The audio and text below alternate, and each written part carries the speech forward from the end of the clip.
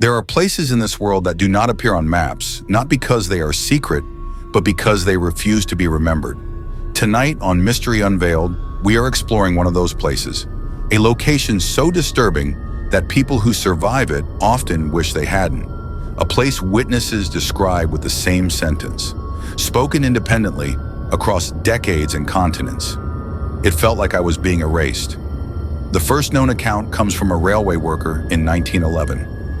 His job was simple: inspect a newly built stretch of track that cut through a remote valley. The journey should have taken 3 hours. He returned 5 days later. When questioned, he insisted only an afternoon had passed. His beard had grown, his boots were worn thin, and he carried a pocket watch that did not belong to him. When asked where he got it, he said calmly, "It was already ticking when I arrived." That valley would later become known among locals as the Hollow. People avoided it, animals refused to cross it. Even sound behaved strangely there. Shouts echoed too long. Footsteps repeated themselves when no one was behind you.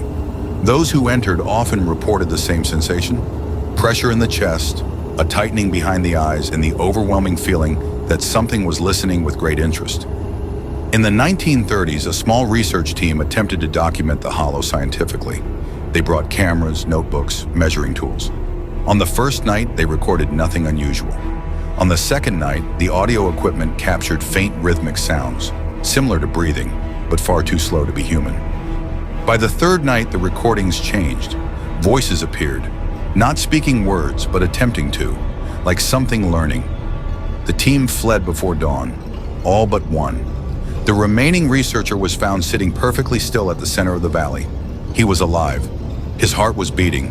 His eyes were open. But he did not respond to his name.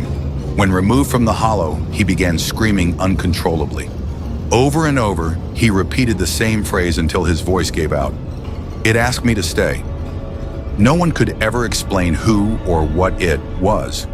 Years later, during the height of the Cold War, the Hollow drew government attention. Surveillance planes flew overhead. Instruments malfunctioned.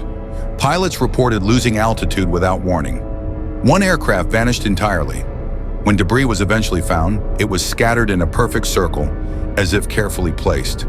The official explanation was mechanical failure. Unofficially, the site was classified. What happened next was never meant to be known. In 1974, a controlled human experiment was authorized.